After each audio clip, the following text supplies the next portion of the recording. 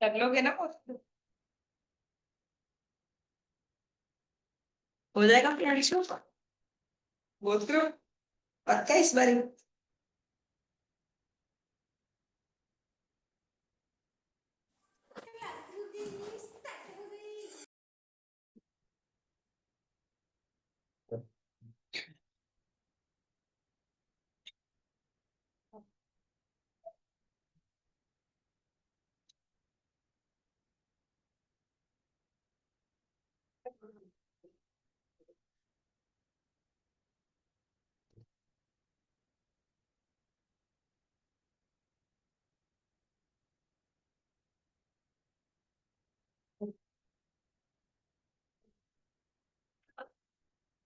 Good morning everyone. अगर किसी student को कोई डाउट है प्लीज मुझे मैसेज करेंगे, जो भी टॉपिक में डाउट है।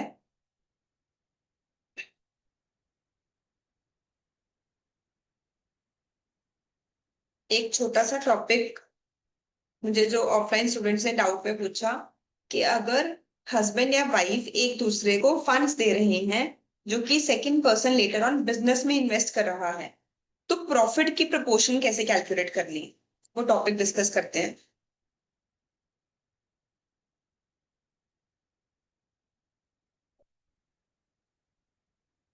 बच्चे मान लो मिस्टर ए ने मिसेज ए को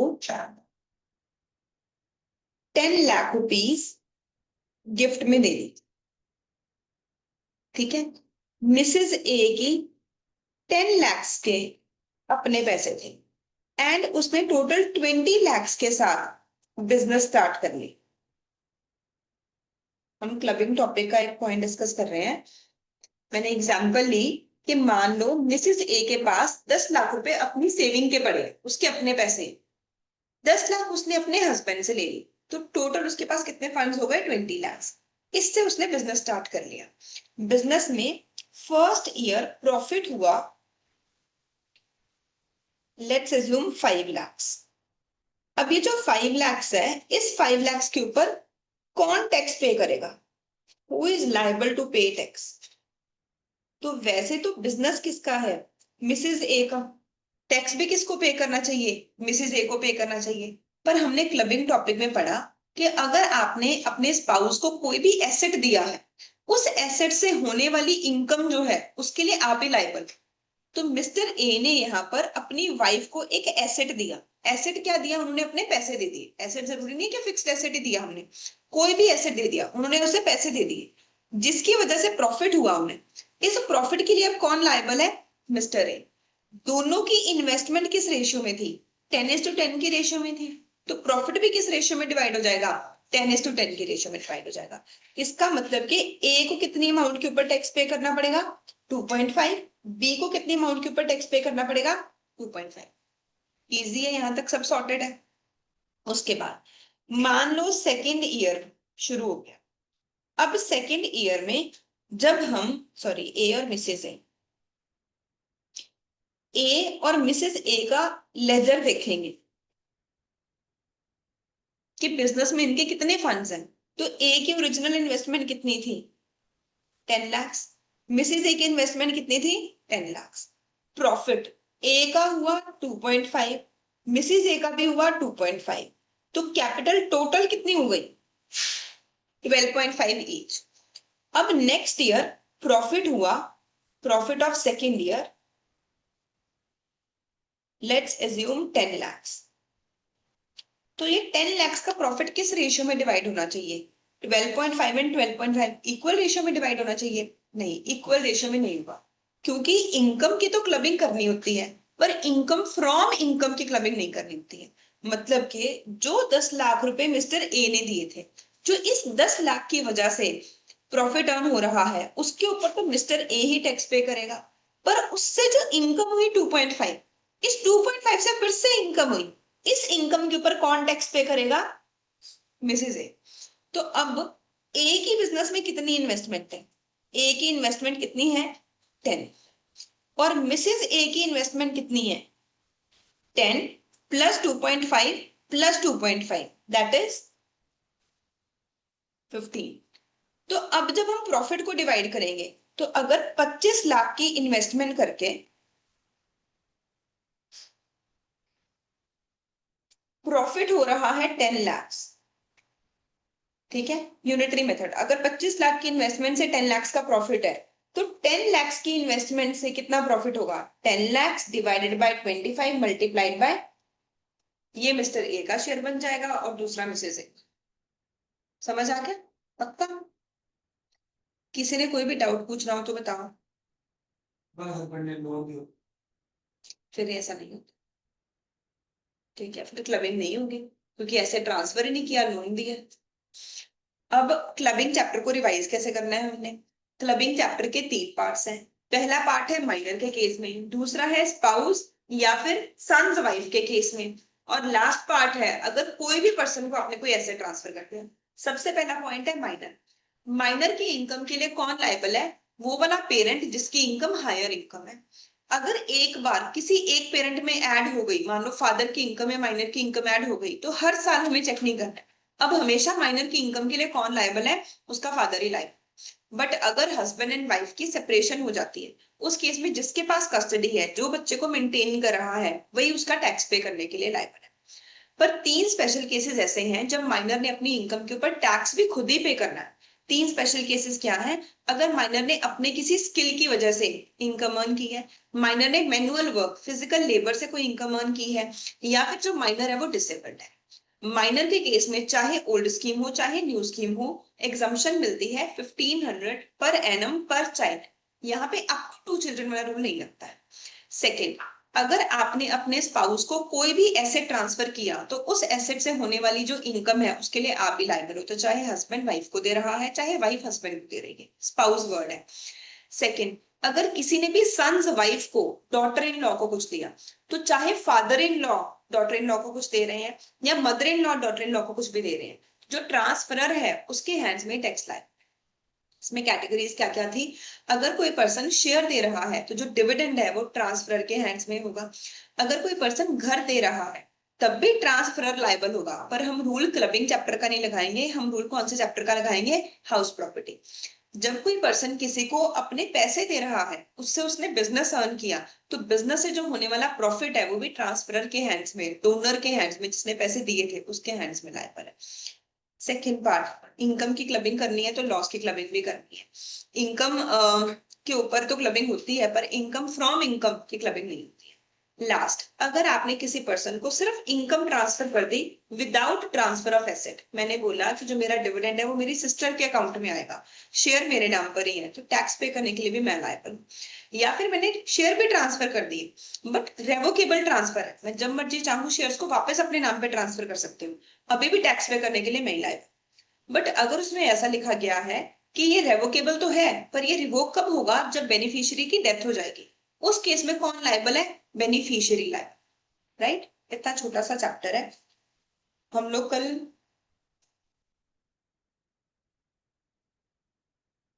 6 या 7 क्वेश्चंस कंप्लीट कर चुके थे, नेक्स्ट क्वेश्चन से चलते हैं। कर लिया था हमने 7th क्वेश्चन, ध्यान में है? देखते हैं। 7,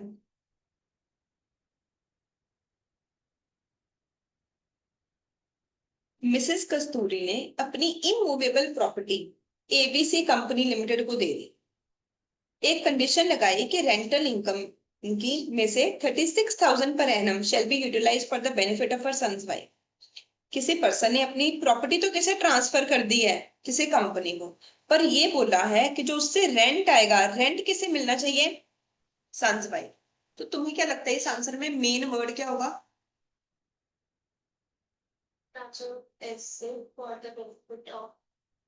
स्पाउस और सन्स वाइफ। अगर आपने किसी को भी एसेट दे दिया जिसका अल्टीमेटली बेनिफिट किसे मिल रहा है? आपके स्पाउस को या सन्स वाइफ को। इसे वन वर्ड में, और बेटर वर्ड क्या हो सकता है कि वन वर्ड में आंसर खत्म हो जाए? सुप्रीम कोर्ट की कोई जजमेंट के तुम कुछ भी घुमा फिरा के करोगे। Sir caseous method, cross transfer, ये क्रॉस ट्रांसफर है। मिसेस कस्तूरी एसेट तो किसे दे रही हैं? एक कंपनी को, पर अल्टीमेटली उसका बेनिफिट किसे हो रहा है? उनकी बहू को बेनिफिट हो रहा है। सर केशियस मेथड यूज किया गया है, क्रॉस ट्रांसफर का केस है। मिसेस कस्तूरी कह रही है कि जो 36,000 है जो कि उनकी बहू यूज कर रही है, सन्स वाइफ यूज कर रही है, उनकी इनकम में नहीं आना चाहिए क्योंकि वो एसेट की ओनर ही नहीं है। कहते मैं जब मैं एसेट की ओनर ही नहीं हूं तो मैं क्यों टैक्स पे करूं? आप एक्सप्लेन करो क्या उनकी कंटेंशन करेक्ट है। तो हम कहेंगे कि यहाँ पे क्लबिंग के प्रोविजन अप्लाई हो जाएंगे। अगर आपने कोई भी एसेट ट्रांसफर किया है डायरेक्टली या इनडायरेक्टली बिना कंसिडरेशन के किसी भी पर्सन को, to the extent to which income from this is for the immediate or deferred benefit of son's wife, जिससे ultimately benefit किसे हो रहा है? son's wife. Such income will be included in computing the total income of transferor. ये transferor की income में add होगा। इसलिए जो 36,000 है मिसेस कस्तूरी के हैंड्स में लाइबल होगा। मिसेस कस्तूरी की कंटेंशन करेक्ट नहीं है। क्लियर है सबको? In order to attract the clubbing, the transfer should be otherwise than for adequate consideration. कहते हैं यहाँ पर हम लोगों ने ये ध्यान से ही सुनो बच्चे, मान लो मिसेस कस्तूरी ने अपना घर एबीसी कंपनी को सेल कर दिया होता 50 लाख का, क्या तब हम क्लबिंग की प्रोविजन लगाते हैं? नहीं। ये हमने कब लगाना है? जब विदाउट कंसिडरेशन है, सिर्फ तभी क्लबिंग के रूल्स लगाए। हमें काफी सारे फैक्ट्स गिवन है एंड हमें पूछा गया है कि हमें जीटीआई कैलकुलेट करके देनी है मिस्टर एंड मिसेस ए की। आप लोग खुद सॉल्व करो। ओल्ड स्कीम के अकॉर्डिंग आपने मिस्टर एंड मिसेस ए की दोनों की इनकम कंप्यूट करके देनी है। फ्रीक्वेंटली आस्क्ड क्वेश्चन, ऐसा क्वेश्चन बहुत बार रिपीट होता है।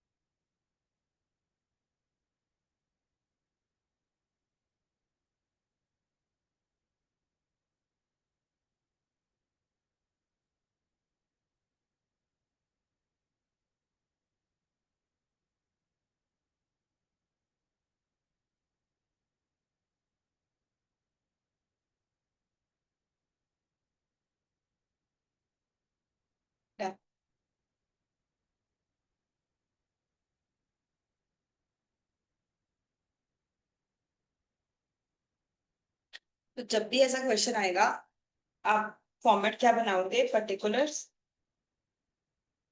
मिस्टर ए की इनकम एंड मिसेस ए की इनकम।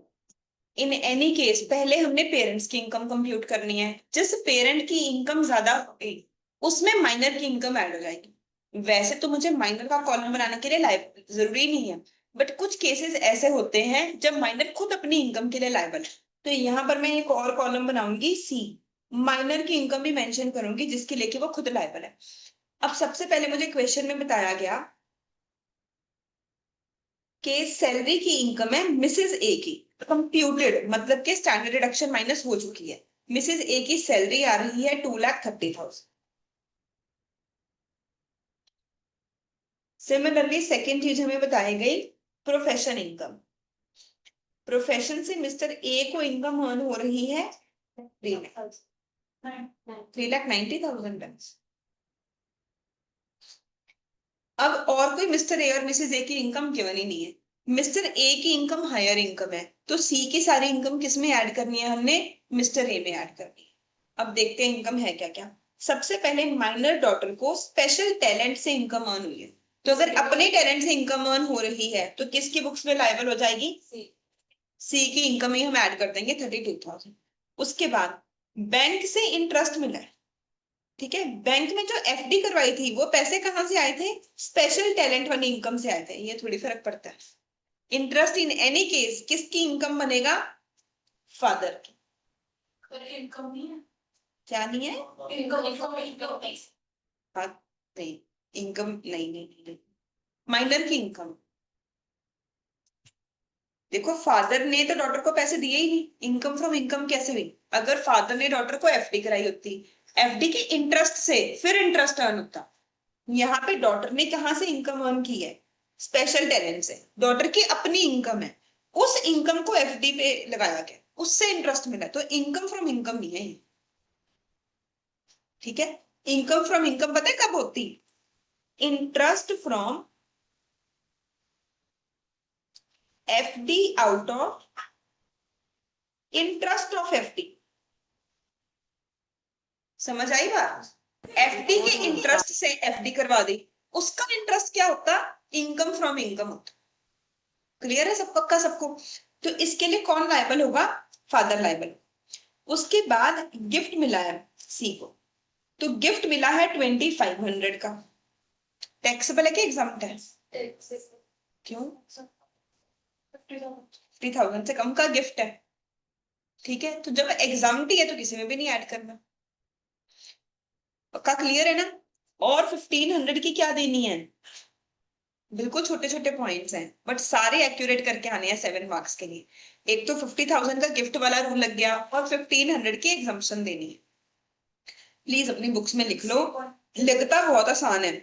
फ्रीक्वेंटली आस्क्ड क्वेश्चन, मैं भी आपको पिछले 4-5 क्वेश्चन पेपर्स में दिखा दूंगी, ये कहीं ना कहीं आया हुआ।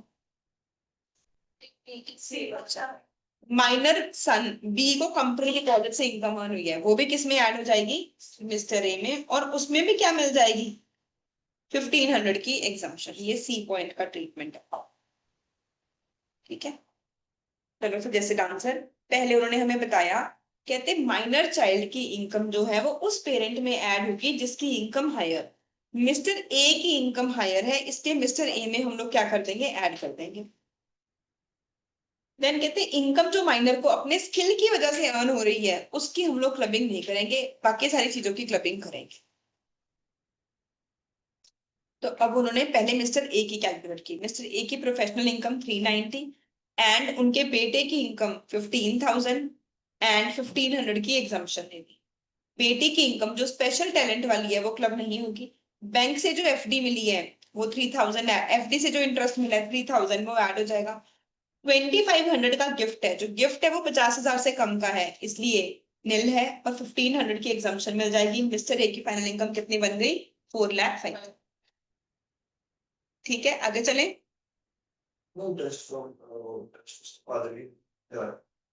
हाँ, फादर में तो ऐड किया 3000। क्यों नहीं जाना चाहिए? तुम्हें लग रहा है इनकम फ्रॉम इनकम है? नहीं, नहीं, ये टैलेंट की वजह से तो इनकम है ही नहीं, ये टैलेंट की वजह से इनकम है 32,000, ये उसकी एफडी से इंटरेस्ट मिला, ठीक है। नेक्स्ट, मिस्टर वासुदेव ने गिफ्ट दिया है 6 लाख का अपने भाई की वाइफ को 14 जून। 12 जुलाई को उसके ब्रदर ने गिफ्ट दिया है 5 लाख का अपने भाई की वाइफ।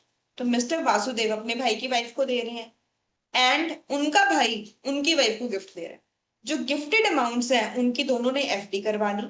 एफडी से इंटरेस्ट अर्न होता है 9% का। ये बताओ टैक्सेबिलिटी किसके हैंड्स में?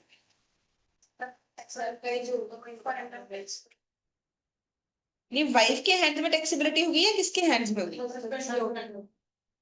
तो देखो क्वेश्चन में हुआ क्या है, एक पर्सन है मिस्टर वासुदेव एंड उनकी वाइफ, एंड एक है उनका ब्रदर और ब्रदर की वाइफ। मिस्टर वासुदेव ने अपने ब्रदर की वाइफ के नाम पे 6 लाख की एफडी करवा दी। उन्होंने एफडी कब करवाई है? 14 जून 2024 को, और दोनों ने एफडी बनवाई कब है? पैसे दिए 14 जून को, एफडी कब बन रही है? 1 अगस्त को। 9% पे। डेट किस लिए इंपॉर्टेंट है? मुझे इंटरेस्ट का अमाउंट कैलकुलेट करने के लिए। तो पैसे तो दिए 14 जून को, पर एफडी क्रिएट हो रही है 1 अगस्त को। तो 1 अगस्त से 9% पे इंटरेस्ट कैलकुलेट करना।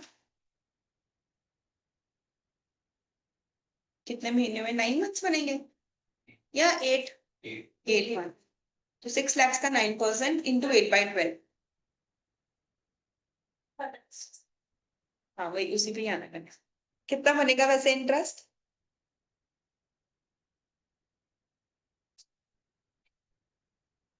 इतनी बात तो पहले सबको समझ आई है। किसी पर्सन ने अपने भाई की वाइफ को 6 लाख रुपए का गिफ्ट दे दिया, जिसकी उसने एफडी करवा ली। एफडी से 9% पे इंटरेस्ट मिलना शुरू हो गया। एफडी करवाई है 1 अगस्त को, तो मैंने इंटरेस्ट 8 मंथ्स का कैलकुलेट किया। तो ब्रदर की वाइफ के अकाउंट में कितना इंटरेस्ट आया होगा? 36,000। उसके बाद थोड़े दिनों बाद ही उसके भाई ने उसकी वाइफ को 5 लाख रुपीज गिफ्ट कर दिए। अब क्या हो रहा है? ब्रदर ने मिस्टर वासुदेव की वाइफ को 5 लाख गिफ्ट कर दी। इसने भी एफडी करवा ली।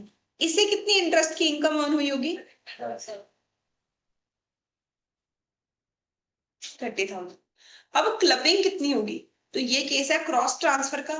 क्रॉस ट्रांसफर, मेन वर्ड क्या है कि क्रॉस ट्रांसफर हो रही है और दोनों ट्रांजेक्शन इंटरकनेक्टेड है।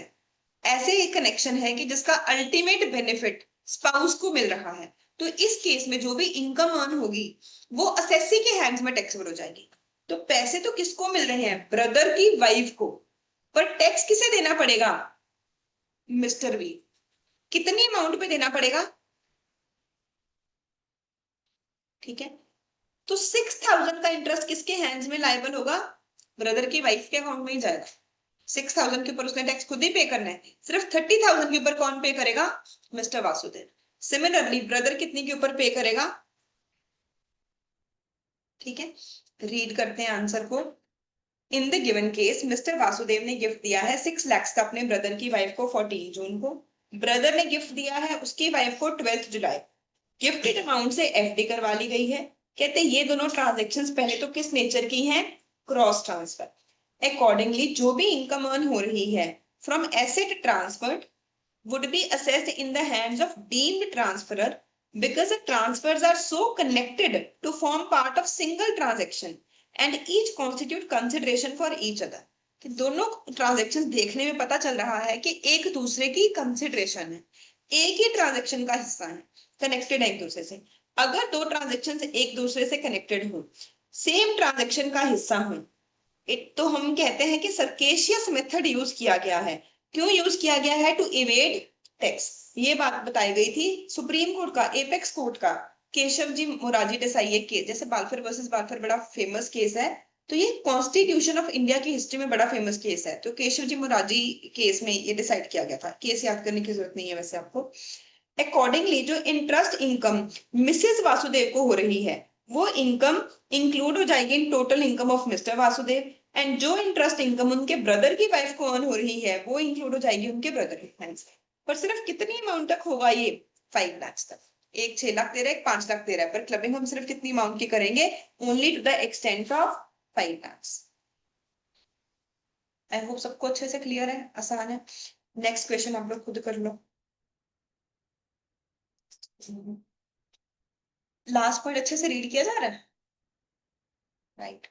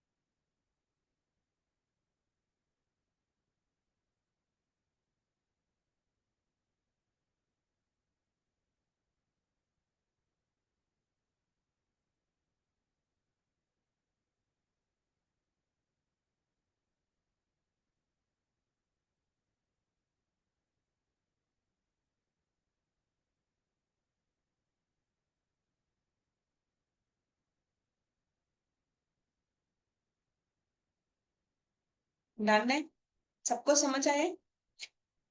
ए ने अपनी वाइफ को कोई एसेट दे दिया, वाइफ ने अपनी बहू को, सन की वाइफ को कोई एसेट दे दिया, टैक्सेबिलिटी किस में बनेगी? ठीक है, कहते इंडिविजुअल ने किसी को कोई एसेट ट्रांसफर किया है बिना कंसिडरेशन के, not being a transfer in connection with an agreement to live apart, तो हम बोलेंगे कि डीम्ड ओनर कौन है? ट्रांसफररी है। तो इस केस में जब मिस्टर ए ने एसेट दिया अपनी वाइफ को, फिर भी टैक्सेबिलिटी किसके हैंड में बनेगी? Mister A. फर्दर, अगर आपके सन की वाइफ को कोई भी इनकम अर्न हो रही है फ्रॉम एसेट ट्रांसफर डायरेक्टली और indirectly to her by an individual otherwise than for adequate consideration, वो टोटल इनकम ऑफ इंडिविजुअल में ऐड होगी। तो जो रेंट की इनकम थी 2,10,000, 3 लाख माइनस 30% करके, वो ऐड हो जाएगी मिस्टर ए के हैंड्स में। इन दिस केस जो इनकम है 2,10,000 की, वो किसके अकाउंट में रिसीव हो रही है? मिसेस सी, जो कि मिस्टर ए के सन की वाइफ है। बट हम इंक्लूड किसकी इनकम में करेंगे? Mister A. अगर ये प्रॉपर्टी उन्होंने गिफ्ट की होती मिस्टर ए के बेटे को, फिर क्लबिंग का रूल नहीं लगता। उस केस में 2,10,000 के ऊपर कौन लायबल होता? बेटा खुद ही लायबल। क्लियर है? नेक्स्ट, रेयान ने 15 लाख रुपीज दिए अपनी वाइफ को, सरगम को, उसके बर्थडे पे। सरगम ने वो उसमें से 8 लाख रुपीज गिफ्ट कर दिए करुणा को 6 मंथ्स के लिए, जिसके ऊपर कि उसे इंटरेस्ट मिला 80,000। जो ये 80,000 का इंटरेस्ट है, इसे इन्वेस्ट कर दिया गया किसी कंपनी के शेयर्स में। उन शेयर्स को सेल करके 96,000 रुपीज का कैपिटल गेन अर्न हुआ है। एसटीटी पे किया गया है परचेज के टाइम पे भी और सेल के टाइम पे भी। जो बैलेंस अमाउंट था गिफ्ट का, वो इन्वेस्ट कर दिया गया as capital by Sargam in her new business. Business में उसे लॉस हो गया है 52,000 रुपीज का, in whose hand the above income and loss will be included for 25-26, assuming that जो भी कैपिटल इन्वेस्ट की थी बिजनेस में, वो सारे पैसे जो उसे गिफ्ट से मिले थे वही थे। आप लोग खुद सॉल्व करो, आरटीपी का क्वेश्चन है।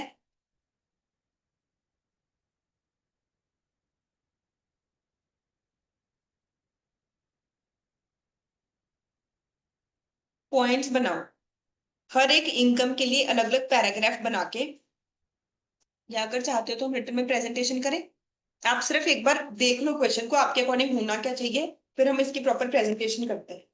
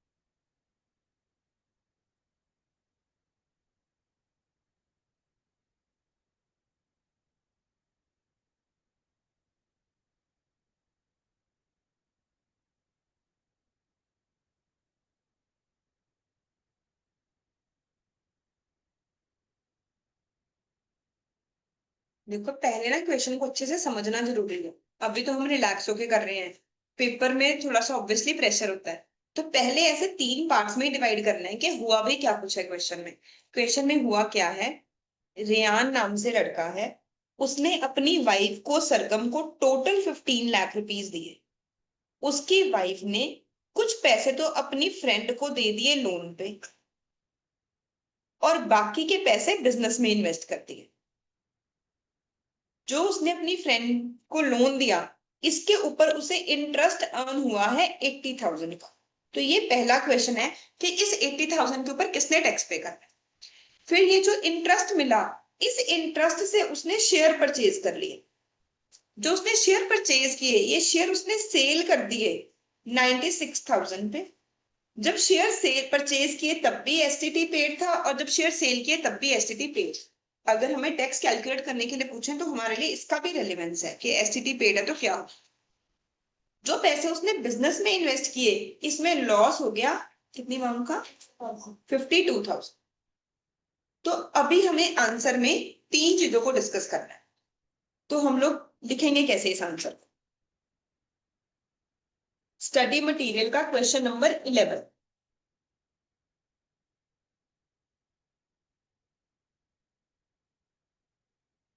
हमने पूरे क्लबिंग चैप्टर में कोई भी सेक्शन याद नहीं किया तो हम हमेशा आंसर में लिखेंगे सबसे पहले as per clubbing provisions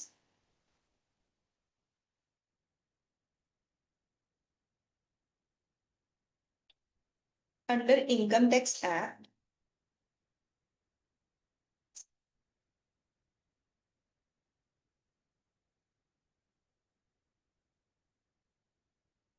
any income earned by spouse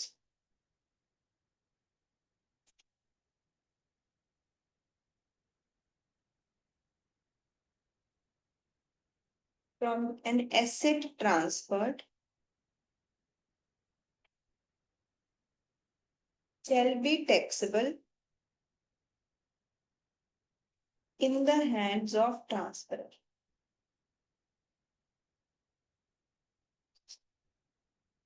तो पहले तो इस क्वेश्चन में मेन रूल ही क्या रहा लग रहा है कि अगर आप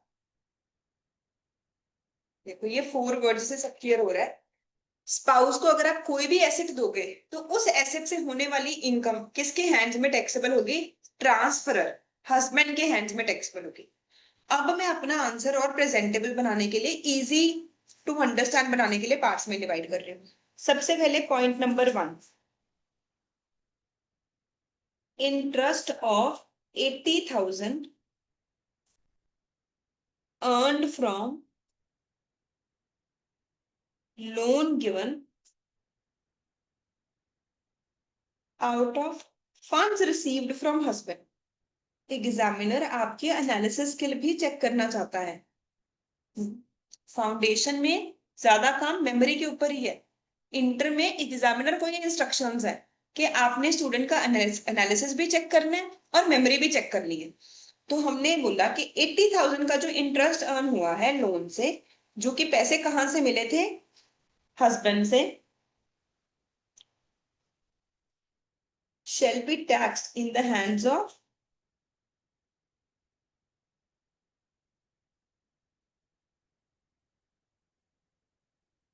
husband that is Mr. Rathod। जो भी नाम था ध्यान रखो।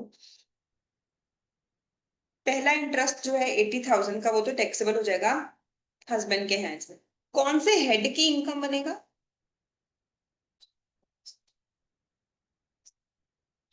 क्योंकि क्लबिंग हमने लिखा है सेम हेड में होती है। अगर वो वाइफ के लिए जो इंटरेस्ट है वो अदर सोर्सेज में जाता है तो हस्बैंड के लिए भी इंटरेस्ट अदर सोर्सेज में ही जाए। सेकंड पॉइंट हमारे अकॉर्डिंग सेकंड में क्या होगा कौन टैक्स पे करेगा। सेकंड पॉइंट है जो ये एफडी के इंटरेस्ट से लोन के इंटरेस्ट से शेयर खरीदे इन शेयर्स की सेल से जो इनकम अर्न हो रही है वाइफ ही पे करेगी। क्यों इनकम की क्लबिंग करनी है इनकम फ्रॉम इनकम की क्लबिंग नहीं करनी। सेकंड पॉइंट में हम लिखेंगे शॉर्ट टर्म कैपिटल गेन। अब ये तुम्हारा एनालिसिस है यहाँ पे उसने शेयर्स खरीदे साथ के साथ ही सेल कर दिए शॉर्ट टर्म कैपिटल गेन। कौन से सेक्शन का शॉर्ट टर्म कैपिटल गेन है क्योंकि एसटीटी पहले भी पे हुआ है बाद में भी और बीच में उन्होंने वर्ड यूज किया लिस्टेड सिक्योरिटीज है छोटी छोटी चीजें हैं।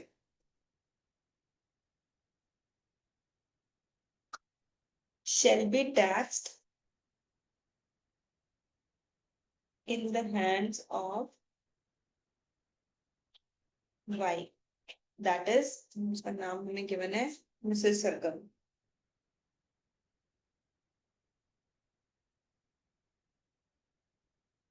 because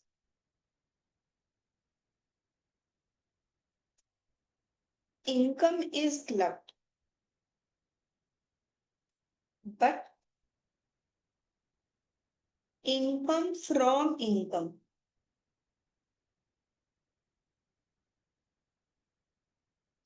That is second generation income.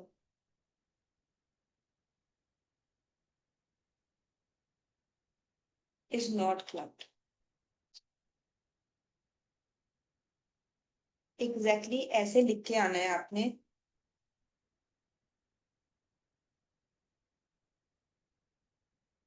Main words को हाईलाइट करना है. एग्जामिनर को जरूरत नहीं पड़नी चाहिए तुम्हारा आंसर करने की. ठीक है. थर्ड पॉइंट, लॉस हुआ है तो लॉस तो वाइफ का ही है, क्योंकि जब इनकम की क्लबिंग होती है मतलब एग्जामिनर ने कितने सारे हेड चेक कर लिए, कितने सारे रूल चेक कर लिए कि क्वेश्चन. इनकम की भी क्लबिंग होती है और लॉस की भी क्लबिंग होती है. तो इसमें मेन पॉइंट ही है, clubbing provisions are applicable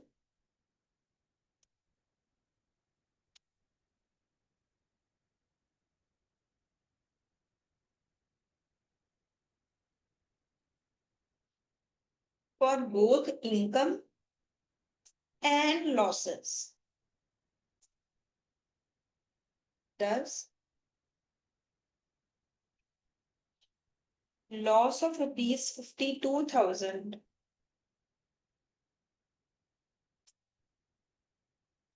from business out of funds received from husband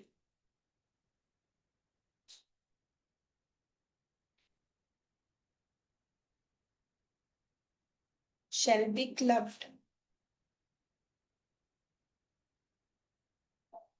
in hands of husband.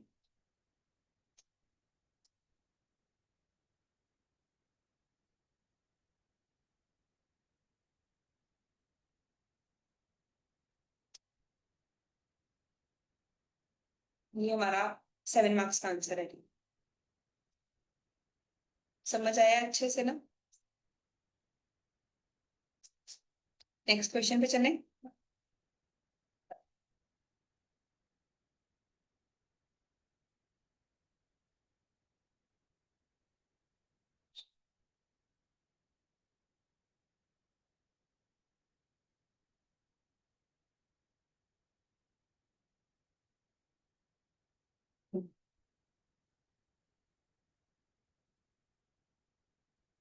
Done.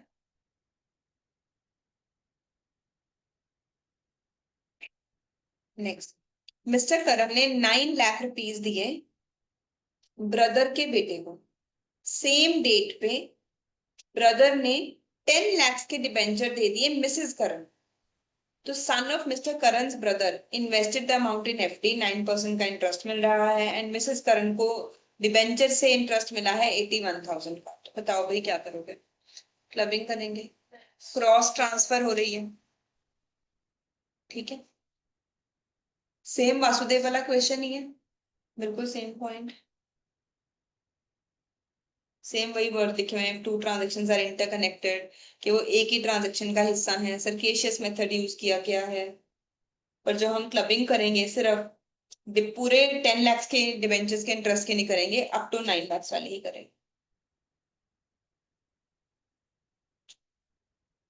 ये आप लोग करो फटाफट.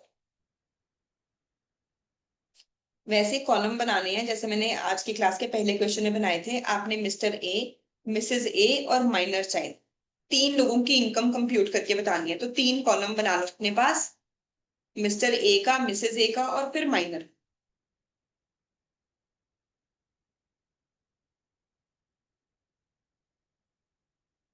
ये सही होना चाहिए. अब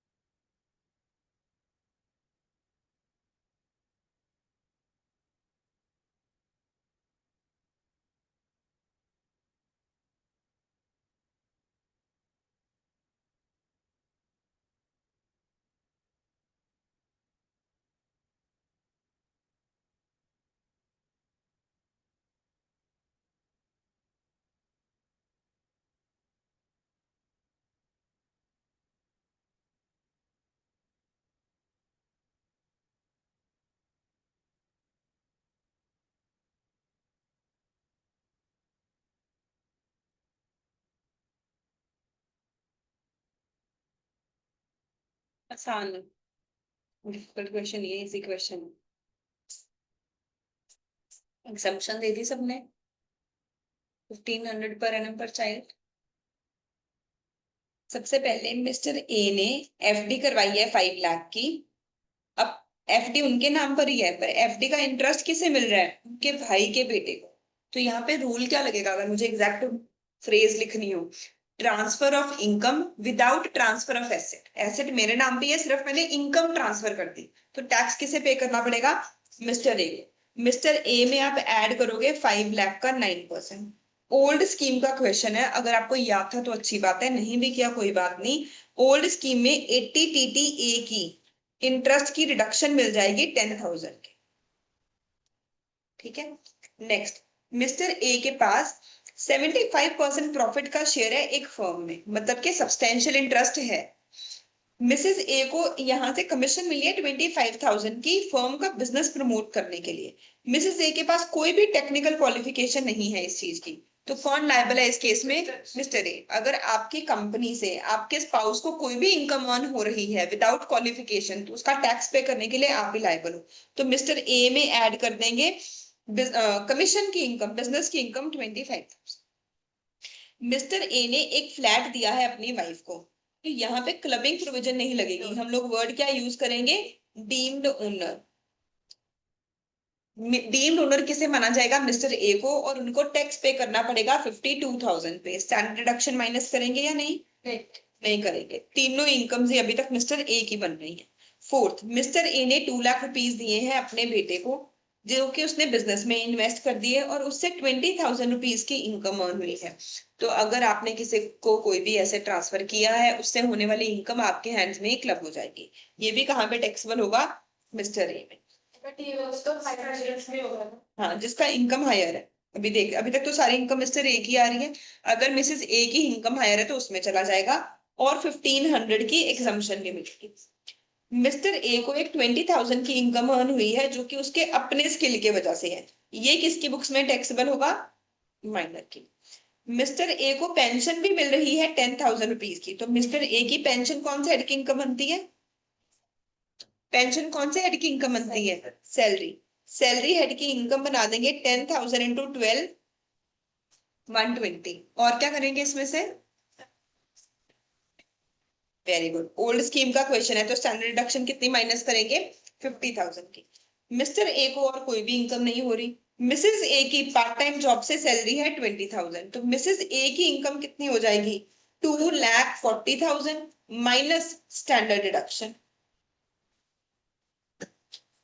तो अगर मैंने अपना फाइनल आंसर देना हो, तो सबसे पहले मिस्टर ए की इनकम्स अगर हम देखें, 45,000 प्लस 25,000, ये बन गया। वो तो बाद में ना, पहले तो इनकम देखेंगे, जिसकी इनकम हायर होगी। 45 प्लस 25, 80, 70, 70 प्लस 52 प्लस 70। तो मिस्टर ए की इनकम हमारे पास अभी तक आ रही है, डिडक्शन से पहले अभी हम जीटीआई निकाल रहे हैं। जीटीआई मिस्टर ए की आ रही है 192, मिसेस ए की आ रही है 1,90,000। 240 में से 50,000 की सन रिडक्शन माइनस कर दी, क्योंकि हस्बैंड की इनकम जो है वो ज्यादा है जीटीआई पर। हमने देखनी क्या होती है? Total income. 10,000 की रिडक्शन देंगे, उसके बाद हमें पता चलेगा इनकम किसकी ज्यादा है? मिसेज ए की। तो मिसेज ए में हम ऐड कर देंगे माइनर की इनकम, विच इज 20,000 माइनस 1,500। देखो वो ये भी चेक कर रहे हैं कि कंपैरिजन जीटीआई का करना है कि टोटल इनकम का करना है। अगर कंपैरिजन जीटीआई का कर रहे हैं तो इनकम मिस्टर की ज्यादा आ रही है, पर वर्ड क्या है? हमने क्या देखना होता है? टोटल। देखो मिस्टर ए, मिसेस ए की सैलरी 240, मिस्टर ए की सैलरी 120, दोनों को स्टैंडर्ड डिडक्शन मिल गई, तो सैलरी हेड की इनकम आ गई 70 एंड 190। उसके बाद हाउस प्रॉपर्टी की इनकम मिस्टर ए में ऐड कर दी 52,000। अदर सोर्सेज की इनकम, मिस्टर ए को एफडी का इंटरेस्ट मिल रहा है 25, पार्टनरशिप फर्म से जो कमीशन मिल रही थी वो भी ऐड कर दी 25, 70,000। तो 192 एंड 190 इन्होंने डिडक्शन नहीं दी, तो इन्होंने इसलिए हस्बैंड में ऐड किया है 18,500, माइनर में ऐड किया है 20। रिडक्शन चैप्टर इसके बाद है शायद, इसलिए इन्होंने कंसिडर नहीं किया। क्वेश्चन समझ आया है सबको? अच्छे से क्लियर है?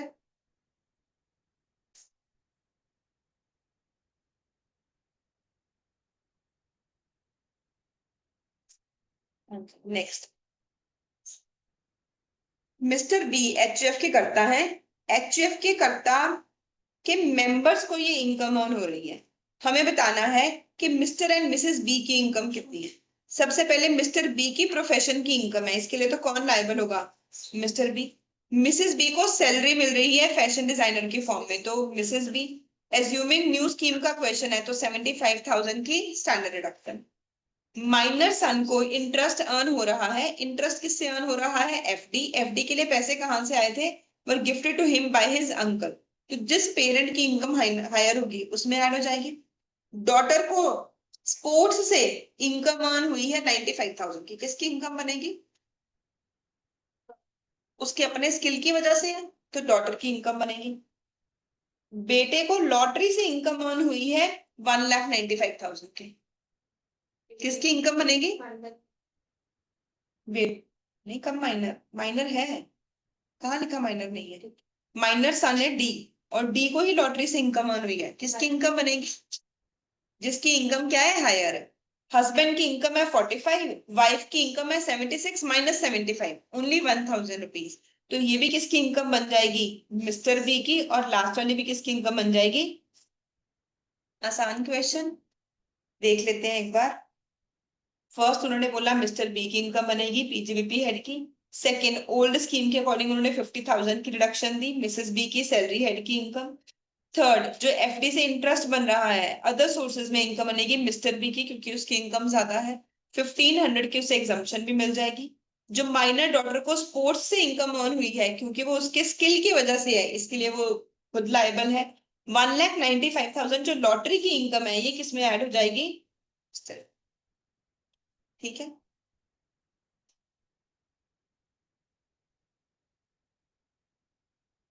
हाँ जी, सॉल्व करो प्लीज 15th क्वेश्चन। काफी सारे अलग अलग रूल्स लगेंगे। ओल्ड स्कीम के अकॉर्डिंग आपने Mr R and Mrs are,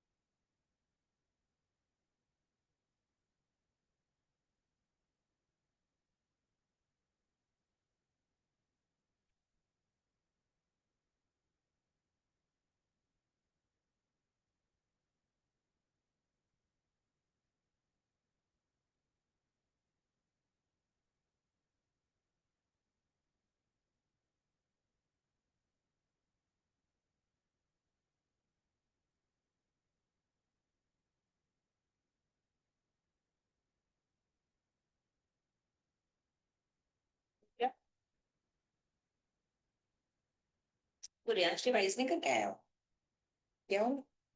चलो देखो, मिस्टर आर ने अपना एसेट ट्रांसफर किया सेल्फ ऑक्यूपाइड प्रॉपर्टी बिना किसी कंसिडरेशन के एचयूएफ। तो इनकम जो एचयूएफ को भी अर्न होगी उसके लिए कौन लायबल होगा? मिस्टर आर, मेंबर ही लायबल होगा। मिस्टर आर ने 4 लाख रुपीज अपनी वाइफ को दिए बिना किसी कंसिडरेशन के। वाइफ ने लोन दे दिया मिस्टर गिरीश को। उसे इंटरेस्ट अर्न हुआ 3,50,000 का during the earlier previous years which was also given as loan. During the previous year उसे इंटरेस्ट अर्न हुआ है 11% का। तो कहते हैं जो उसका पुराना इंटरेस्ट था 3,50,000 का, वो भी उसने लोन में दे दिया, और 4 लाख रुपीज और लोन में दे दिए। दो बार लोन, दो अलग अलग लोन दिए। तो जो 4 लाख के ऊपर 11% का इंटरेस्ट है, 44,000 का इंटरेस्ट है, ये तो किसका बनेगा? आर का। पर इनकम की क्लबिंग होती है, इनकम फ्रॉम इनकम की क्लबिंग नहीं होती है। जो 3,50,000 पे 11% का इंटरेस्ट बनेगा विच इज कितना बन रहा है? ये बनेगा मिसेज आर का, जो भी अमाउंट आएगा। बच्चे, मिस्टर आर ने 4 लाख रुपीज दिए अपनी वाइफ को बिना कंसिडरेशन के। वाइफ ने वो पैसे क्या दिए? लोन पे दे दिए मिस्टर गिरीश। तो जो भी आपने किसी को पैसे दिए उससे होने वाली इनकम किसकी होगी? हस्बैंड की हो जाएगी। तो 4 लाख के ऊपर जो 11% का इंटरेस्ट है वो मिस्टर आर। यहां तक खत्म। फिर कहते हैं उससे 3,50,000 का इंटरेस्ट अर्न हुआ है during the previous years which was also given as loan to Mr Girish. उसने पुराने सालों में कोई इंटरेस्ट अर्न किया था 3,50,000 का। वो 3,50,000 का उसने फिर से लोन दे दिया। जो इंटरेस्ट मिला था इंटरेस्ट को भी लोन पे दे दिया। तो जो इंटरेस्ट ऑन इंटरेस्ट है ये किसकी इनकम बनेगा? मिसेज आर की। सेकेंड जनरेशन इनकम की क्लबिंग नहीं होती, मिसेज आर का बनेगा। मिस्टर आर और मिसेज आर दोनों के ही कंपनी में सब्सटेंशियल इंटरेस्ट है। दोनों ही कंपनी में एज एन एम्प्लॉय काम कर रहे हैं। एंड दोनों की सैलरी कितनी है? 320 एंड 270 रिस्पेक्टिवली। अब हमें कुछ भी नहीं बताया गया वो टेक्निकली क्वालिफाइड है या नहीं है। अगर हम एज्यूम करते हैं कि वो टेक्निकली क्वालिफाइड है तो मिस्टर आर की इनकम बन जाएगी 320 और मिसेज आर की बन जाएगी 270। माइनस कर देंगे स्टैंडर्ड डिडक्शन। पर अगर हम ये अज्यूम करते हैं कि दोनों टेक्निकली क्वालिफाइड नहीं है तो जिसकी इनकम हायर है उसमें दोनों इनकम, तो उस केस में हस्बैंड की इनकम में दोनों इनकम्स ऐड हो जाएंगी, both 320 and 270। Last, Mrs R ने 5,000 के शेयर्स दिए हैं मिस्टर आर को बिना किसी कंसिडरेशन के। कंपनी ने बोनस शेयर दे दिए। 4 मार्च को उन्होंने सारे शेयर ही सेल कर दिए और उनको कैपिटल गेन अर्न हुआ है 5,20,000 का।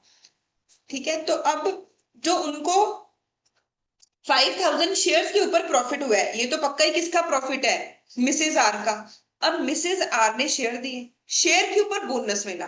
बोनस शेयर क्या है? इनकम। उस शेयर को सेल करने में कैपिटल गेन हुआ, पहली बार ही टैक्स हो रहा है। अभी भी किसके हैंड्स में टैक्सेबल बनेगा? Mrs R. दोनों चीजें मिसेज आर के हैंड्स में टैक्सेबल है। जैसे आंसर देखते हैं। पहला, हाउस प्रॉपर्टी की इनकम मिस्टर आर की बन गई। दूसरा, कैपिटल गेन जो है इक्विटी शेयर से, सारा कैपिटल गेन। पहले उन्होंने 5,20,000, टोटल 8,000 शेयर थे। 8,000 में 5,000 शेयर का कैपिटल गेन तो किसका बन गया? मिसेज आर का। सेकेंड केस में क्या है? Income from income. हमने बोनस दिया था, बोनस क्या थी? इनकम थी। बोनस शेयर को सेल करने से फिर से इनकम हो गई। तो इनकम फ्रॉम इनकम किसके हैंड्स में टैक्सेबल हो गई? रिसीवर के, ट्रांसफरी के हैंड्स। लास्ट पॉइंट, कमीशन की इनकम। ये कौन सी वाली थी? ठीक है, उसके अलावा हमें इनकम बताई थी कमीशन की 4 लाख और वाइफ की 3 लाख की। तो कमीशन की इनकम आ गई 4 लाख, इंटरेस्ट की 3,30,000 की। उसके बाद जो 4 लाख के ऊपर इंटरेस्ट है वो तो हस्बैंड का है। जो बाकी अमाउंट के ऊपर इंटरेस्ट है वो किसका है? वाइफ। क्योंकि इनकम फ्रॉम इनकम की क्लबिंग नहीं करनी है। दोनों का ही सब्सटेंशियल इंटरेस्ट है तो जिसकी इनकम ज्यादा है उसमें ऐड करेंगे। वाइफ की इनकम ज्यादा है तो वाइफ की इनकम में उन्होंने दोनों की इनकम ऐड कर दी आफ्टर रिड्यूसिंग स्टैंडर्ड। आपने क्या जिम किया? टेक्निकल क्वालिफाइड है, फिर वो भी ठीक है। कोई कंफ्यूजन? का सब कुछ क्लियर है? अब इस क्वेश्चन में एक स्पेशल पॉइंट है, दोनों बार स्टैंडर्ड डिडक्शन दिए। पेपर सॉल्व करते हुए ये गलती नहीं करनी कि स्टैंडर्ड डिडक्शन एक ही बार देनी है। दो सैलरी की इनकम्स है तो यहाँ पे स्टैंडर्ड डिडक्शन उन्होंने 2 बार दिए। इस चीज, अगर किसी के पास भी बुक है तो प्लीज इसे मार्क करो। और जहां पर आपने लिखा है ना इनकम फ्रॉम इनकम, उसकी एग्जाम्पल में सेल ऑफ बोनस शेयर। हमने जो अपने पास नोट्स बनाए हैं सारे ऑनलाइन स्टूडेंट्स भी अपडेट करेंगे। हमने अपने पास नोट्स में लिखा है income from income is not club, second generation income की क्लब बिंग नहीं होती। 10 income from sale of bonus shares,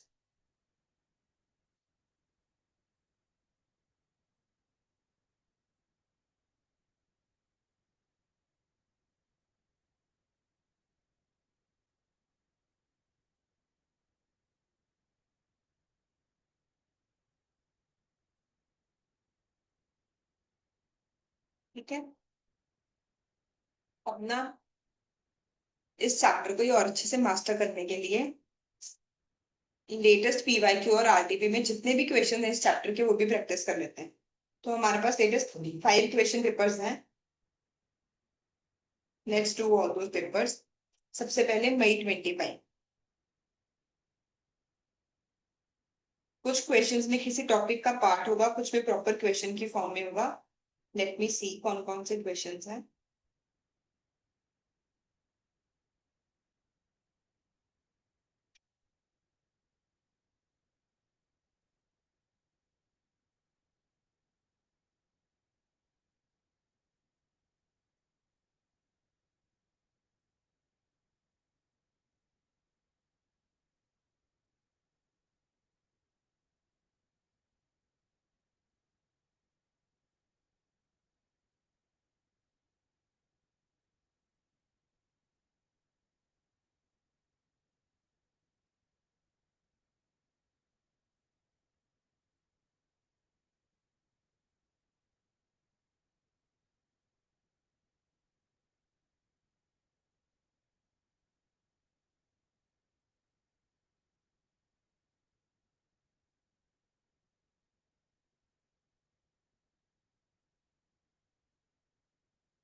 वैसे चलो ये इस टॉपिक का क्वेश्चन नहीं है, अदर सोर्सेज का क्वेश्चन है। हमने अदर सोर्सेज भी पीवाईक्यू से रिवाइज प्रैक्टिस नहीं किया है। तो 4 मार्क्स का question, I think very very easy question. मई 2025 का क्वेश्चन पेपर है। तो इससे इजी क्या है।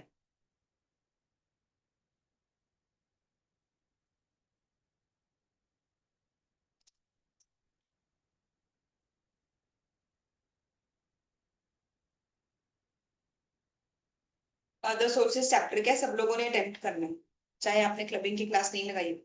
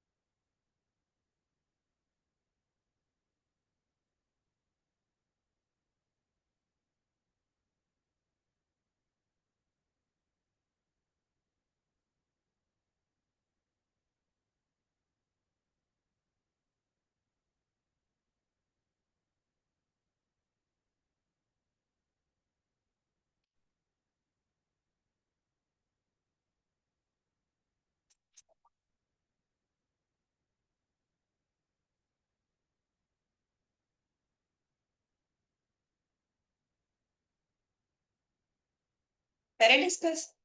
सबसे पहले वेडिंग एनिवर्सरी पे गिफ्ट मिला है तो टैक्सेबल होना चाहिए, वेडिंग पे एग्जाम होता है। फादर से मिला है, रिलेटिव से मिला है तो एग्जाम होना चाहिए। ठीक है।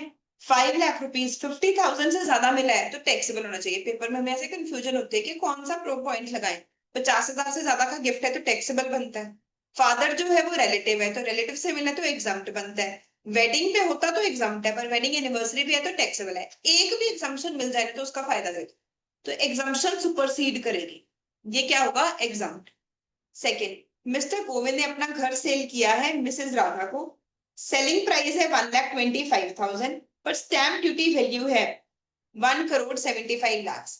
मैक्सिमम डिफरेंस हमें अलाउड कितना है, 10% ऑफ 1,25,00,000। 12,50,000 का डिफरेंस अलाउड है और जो डिफरेंस है वो 50 लाख है। तो हम ये एज्यूम करके चलेंगे कि मिस्टर गोविंद का फुल वैल्यू ऑफ कंसिडरेशन, देखो उन्होंने पूछा टैक्सेबिलिटी बताओ रिसिपिएंट के हैंड्स में। तो अगर मैं रिसिपिएंट पैसों को मानूं तो पैसे तो किसको मिल रहे हैं, मिस्टर गोविंद को। मिस्टर गोविंद ने अपना घर सेल किया है, मिस्टर गोविंद के लिए कैपिटल गेन हेड की इनकम बनेगी। उनके लिए फुल वैल्यू ऑफ कंसिडरेशन हम किसे मान के चलेंगे, 1.75। मिसेस राधा को घर मिला है, वो घर की रिसिपिएंट है, उनको 1,75,00,000 वाला घर कितने में मिल गया, 1,25,00,000 में। उनके लिए ये कौन से हेड की इनकम है, उनकी गिफ्ट की इनकम कितनी बनेगी, समझ आया ना। तो ये चीज लिखनी है कि मिसेस राधा के लिए अदर सोर्सेस की गिफ्ट की इनकम है 50 लाख, क्योंकि जो डिफरेंस है वो 10% से ज्यादा है।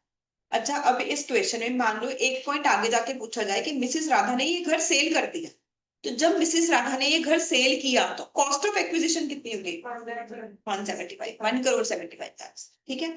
थर्ड, मिस आस्था को कार गिफ्ट में मिली है, फ्रेंड से गिफ्ट में मिली है, टैक्सेबल होनी चाहिए। कार मूवेबल एसेट की वैल्यू 50,000 से ज्यादा है, टैक्सेबल होनी चाहिए। पर जो कार है वो मूवेबल एसेट्स में आती है, वो एग्जम्प्ट है, एक भी एग्जम्पशन का फायदा मिलेगा तो हम दे दें, ठीक है ना। सजेस्टेड आंसर देखते हैं एक बार, बहुत आसान क्वेश्चन था या हमने इससे बहुत ज्यादा डिफिकल्ट कर दिया। तो फर्स्ट नॉन टैक्सेबल है, सेकंड टैक्सेबल है, 50 लाख टैक्सेबल है मिसेस राधा के हैंड्स में, बिल्कुल क्लियरली उन्होंने लिख रखा है। थर्ड फिर से क्या है, नॉन टैक्सेबल।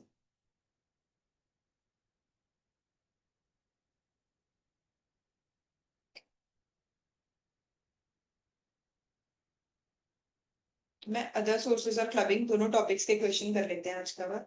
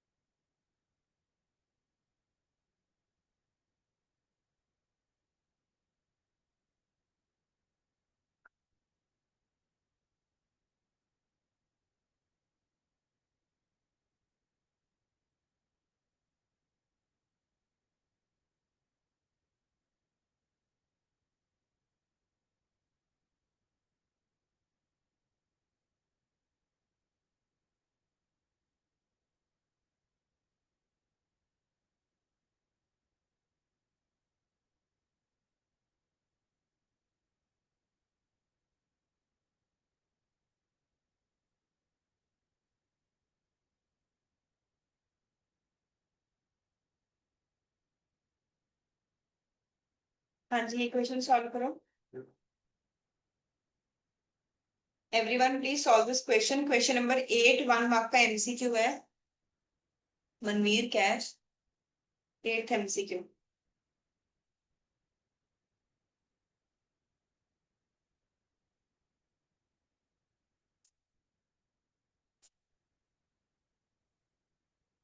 अदर सोर्सेस का ही क्वेश्चन है।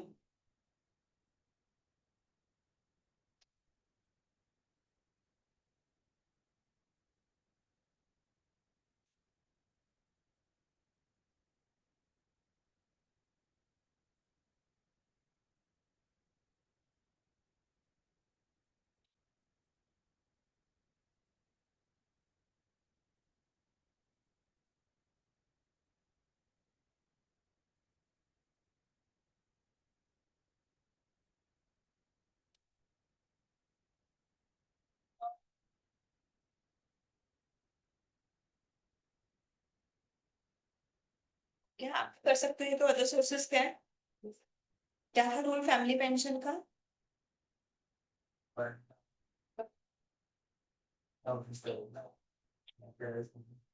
Very bad.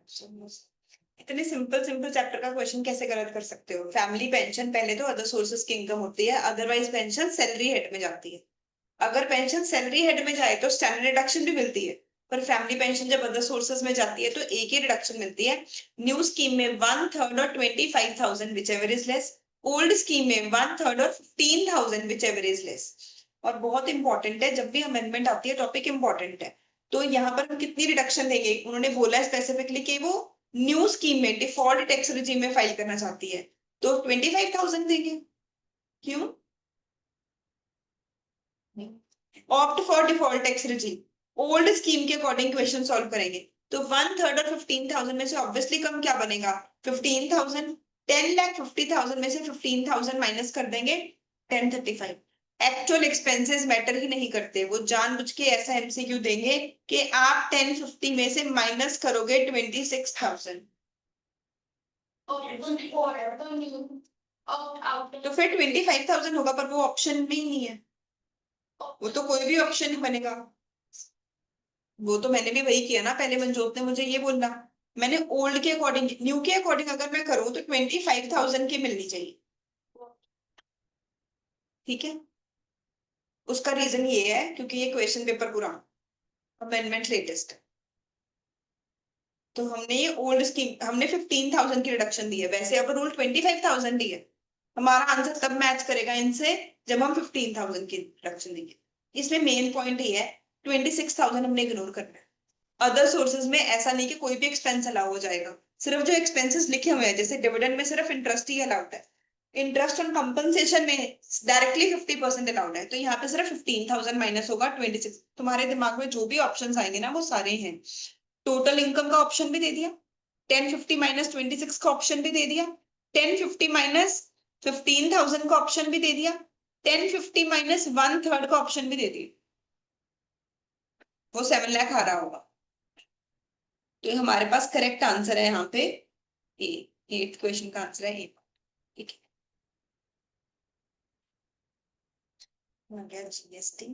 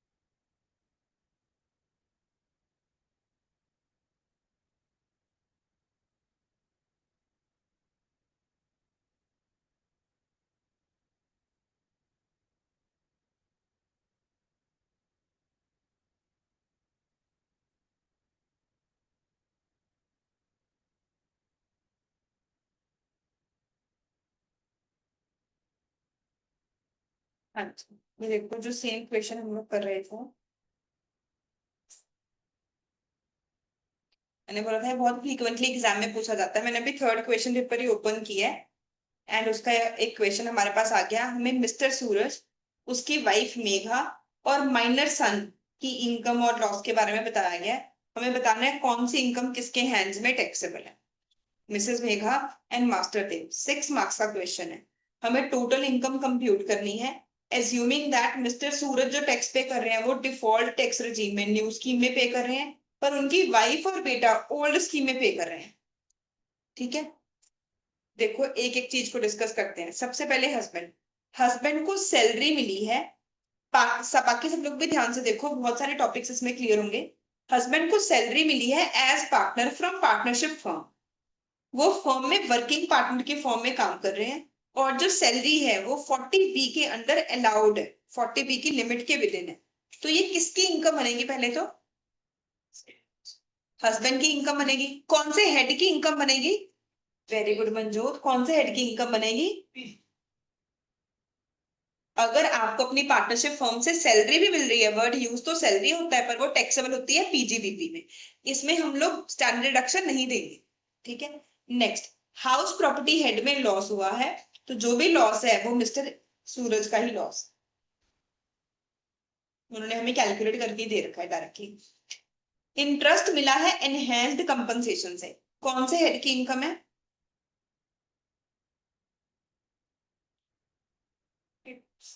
कहते प्रॉपर्टी हमसे कब ली थी? 1819 में। इंटरेस्ट हमें अब मिल रहा है। कुछ इंटरेस्ट पुराने सालों का है, कुछ इंटरेस्ट इस साल का है। कब टैक्सेबल होता है इंटरेस्ट? जब मिल जाए। प्रॉपर्टी जब ली थी 1819, हम इग्नोर करेंगे। इंटरेस्ट पुराने सालों का अब मिल रहा है, फिर भी टैक्सेबल कब होगा? जब हमें इंटरेस्ट रिसीव हो गया। तो जब इंटरेस्ट रिसीव हो गया, दैट इज प्रीवियस ईयर 23-24 में ही टैक्सेबल बनेगा। अदर सोर्सेज हेड में टैक्सेबल बनेगा। और एग्जम्पशन हम कितनी दे देंगे इसमें से? 50%। 2 लाख माइनस 50%, 1 लाख की इसमें से क्या मिल जाएगी? रिडक्शन। गिफ्ट मिला है from grandfather's younger sister by cheque. बताओ। ग्रैंडफादर की सिस्टर ने गिफ्ट दिया। ये रिलेटिव है ग्रैंडफादर की सिस्टर। टैक्सेबल है। 50,000 से ज्यादा है तो टैक्सेबल है। देखो, ग्रैंडफादर रिलेटिव है, हमारे सिबलिंग हमारे रिलेटिव है, हमारे पेरेंट्स के सिबलिंग भी रिलेटिव है, हमारे स्पाउस के सिबलिंग भी रिलेटिव है। पर स्पाउस के पेरेंट के सिबलिंग रिलेटिव नहीं होते। ये तो पॉइंट हम लोगों ने लिखा हुआ है। उसके बाद हमने लिखा हुआ है हमारे और हमारे स्पाउस के लीनियल असेंडेंट और लीनियल डिसेंडेंट। तो ग्रैंडफादर मेरे असेंडेंट है। ग्रैंडफादर से गिफ्ट मिलता फिर तो क्या होता है? एग्जाम। पर ग्रैंडफादर की सिस्टर से गिफ्ट मिला है, ये क्या हो जाएगा? टैक्सेबल। ठीक है। लिस्टेड इक्विटी शेयर की कंपनी से डिविडेंड मिला है, मिस्टर सूरज की ही इनकम बनेगी। अब ये पॉइंट आप सॉल्व करके बताओ।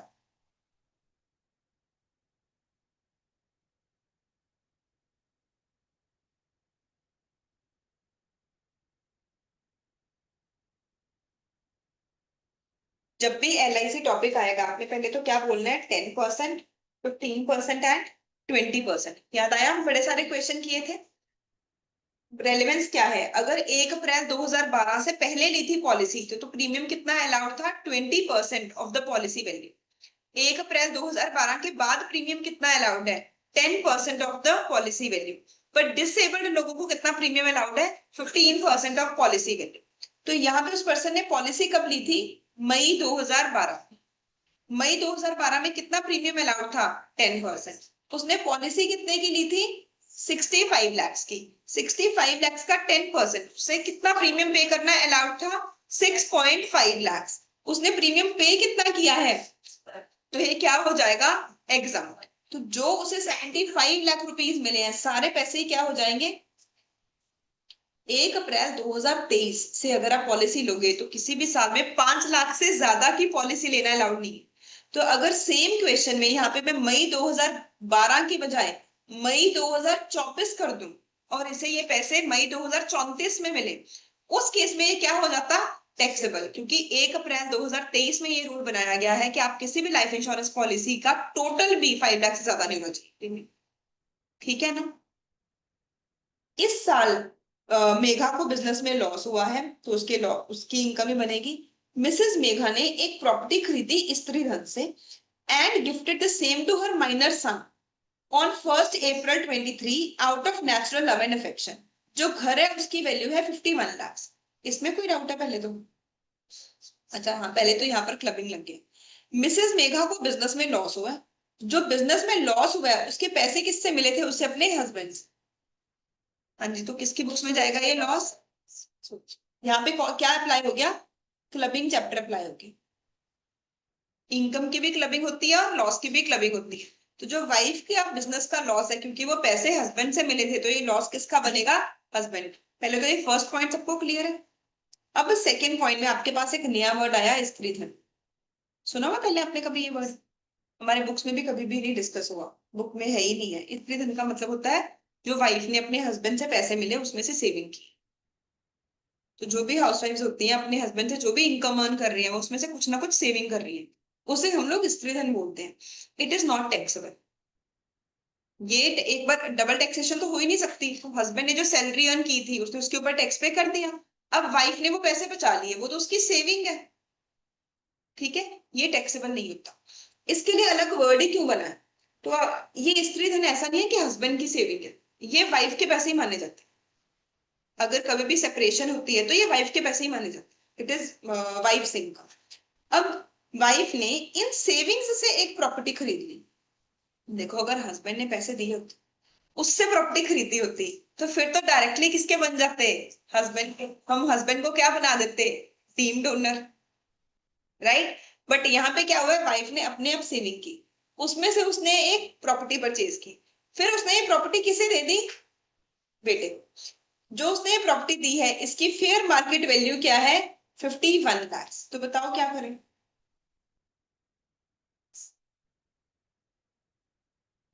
पहले तो जो इस घर की फेयर मार्केट वैल्यू है, इस घर से क्या हमें ये बताया कि कोई रेंट आया या घर को सेल करके कोई प्रॉफिट अर्न हुआ।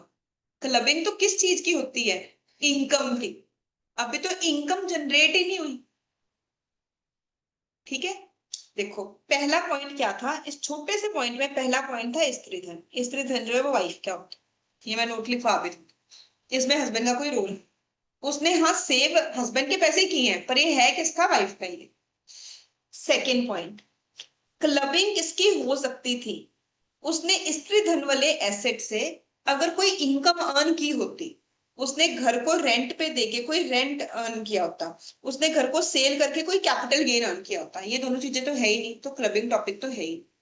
पॉइंट ये है कि मिसेस मेघा ने अपने बेटे के नाम पे फ्री में घर ट्रांसफर कर दिया।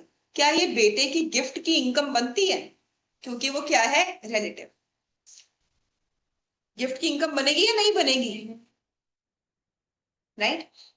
मास्टर देव को रेंट मिला है हाउस प्रॉपर्टी से, जो कि मिसेस मेघा ने दिया था। अब ये जो रेंट मिला है, ये रेंट किसकी इनकम बनेगा, जिस पेरेंट की इनकम हायर इनकम है कि मिसेस मेघा का।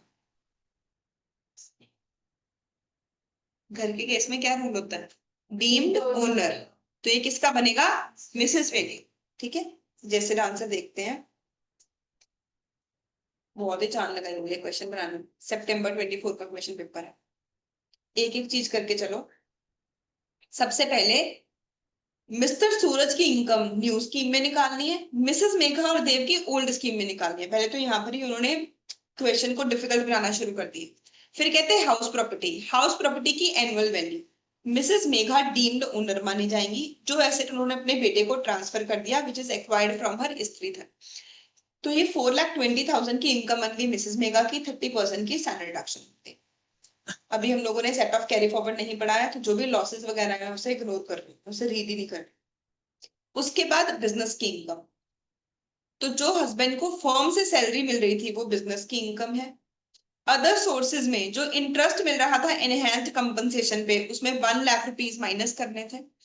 फादर की सिस्टर से जो गिफ्ट मिला है वो टैक्सेबल होता है, क्योंकि ग्रैंड फादर की सिस्टर रिलेटिव नहीं होती है, टैक्सेबल है।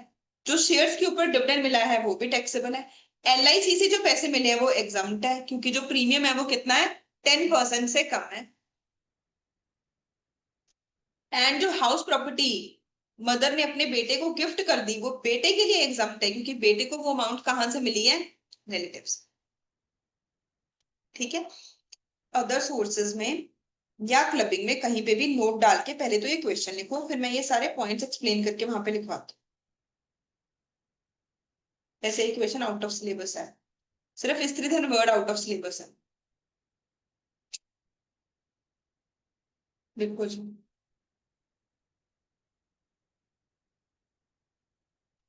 अदर सोर्सेज या क्लबिंग में क्वेश्चन लिखो, ये पूरा पेज चाहिए होगा। इस टॉपिक के साथ 3 4 चीजें लिंक है, फिर मैं एक्सप्लेन करती हूँ जहां पे भी आपके पास स्पेस अवेलेबल हो।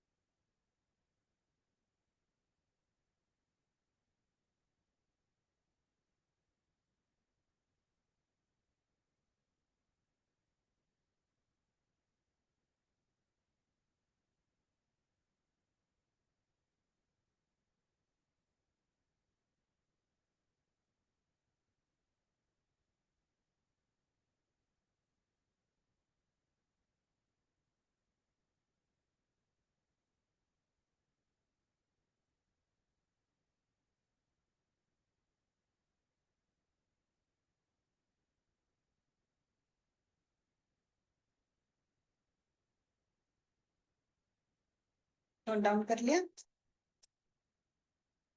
तो सबसे पहला पॉइंट, स्त्री धन is savings made by wife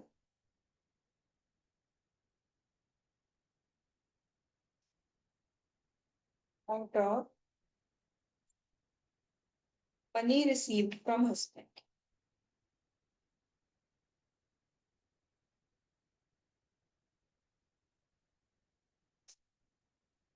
It is not taxable.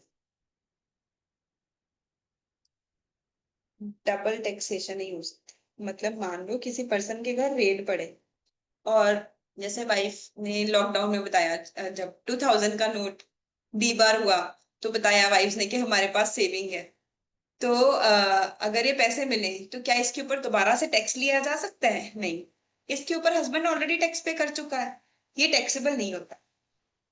It is asset of wife. Income tax में कहीं पे भी आपको कोई भी रूल अप्लाई करना हो तो इसे हम किसका एसेट मान के चलेंगे? वाइफ का एसेट ही मान के चलेंगे।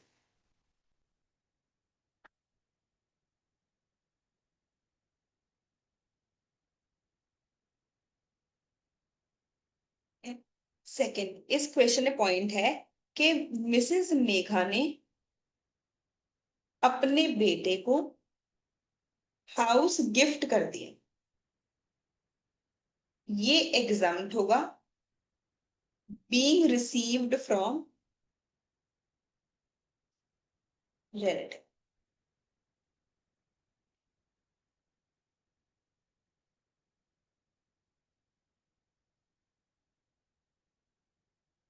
सन को गिफ्टेड हाउस से रेंट अर्न हो रहा, बेटे को जो घर मिला उससे रेंट अर्न हो रहा, ये क्लब होगा। अब ये अगर बेटे के पैसे होते फिर तो किसमें क्लब होता? जिस पेरेंट की इनकम हायर इनकम, ठीक है, पर बेटे के पैसे तो नहीं है। अब कंफ्यूजन हो सकती है कि ये तो हस्बैंड के पैसे हैं, स्त्री धन अल्टीमेटली बना कहां से है? हस्बैंड के पैसों से। तो इसकी क्लबिंग हस्बैंड में होना चाहिए कि वाइफ में होनी चाहिए? वाइफ में, क्योंकि हम किससे किसका एसेट मान के चलते हैं? ये वाइफ का। मेन पॉइंट इसकी वजह से मैं ये लिखवा रही हूँ कि इसमें आपको ये कंफ्यूजन आ सकता है कि मैम ये हस्बैंड के साथ क्यों नहीं क्लब हो रहा, पैसे तो हस्बैंड के हैं। क्योंकि स्त्री धन एसेट ही किसका माना जाता है? वाइफ का। Clubbed in hands of Mrs Megha, दो फंड्स वर ऑफ हस्बैंड। जो पैसे थे वो तो किसके थे? हस्बैंड के। But asset is of,